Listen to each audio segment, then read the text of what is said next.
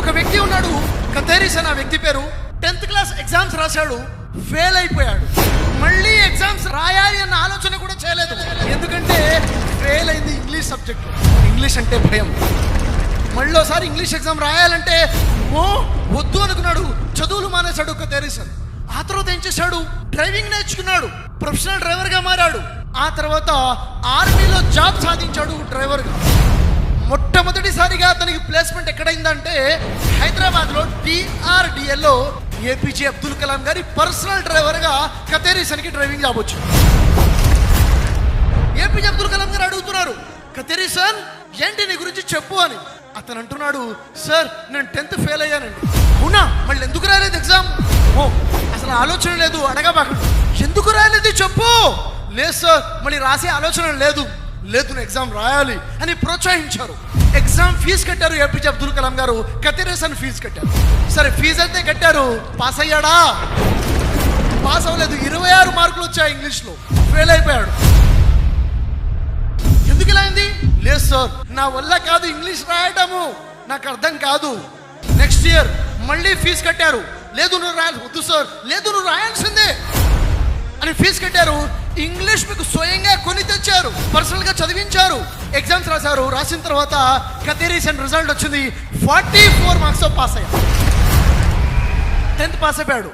ఇంకేమనుకున్నాడు కతేరిసన్, అమ్మయ్యా అయిపోయింది అంటే. APJ అబ్దుల్ కలాం గారు ఏమన్నారు తెలుసా, ఏం అవ్వలేదు, ఇప్పుడు మొదలైంది అన్నారు.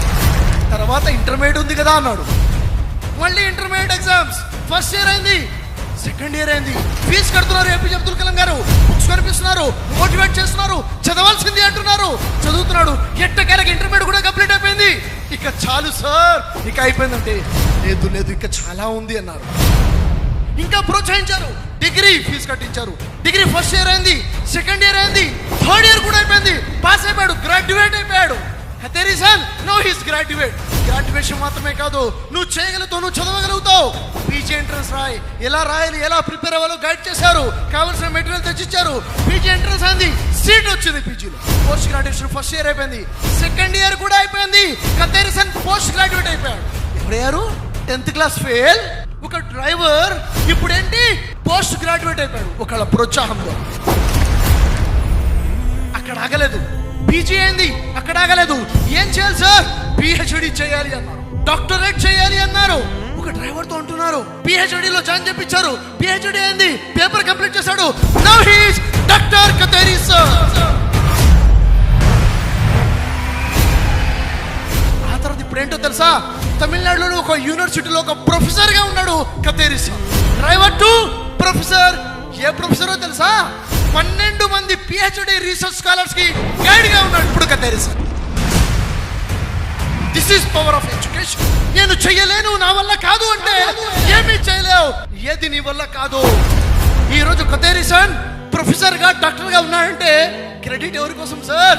APJ అబ్దుల్ కలాం గారు. అలా మీరు నేను ఉండాలా అవసరం లేదా? ఎడ్యుకేషన్ వల్ల మిరాకిల్స్, ఎడ్యుకేషన్ వల్ల లైఫ్ లో అద్భుతమైన రిజల్ట్స్ వస్తాయి. దాన్ని ఎప్పుడు కూడా వదిలిపెట్టండి.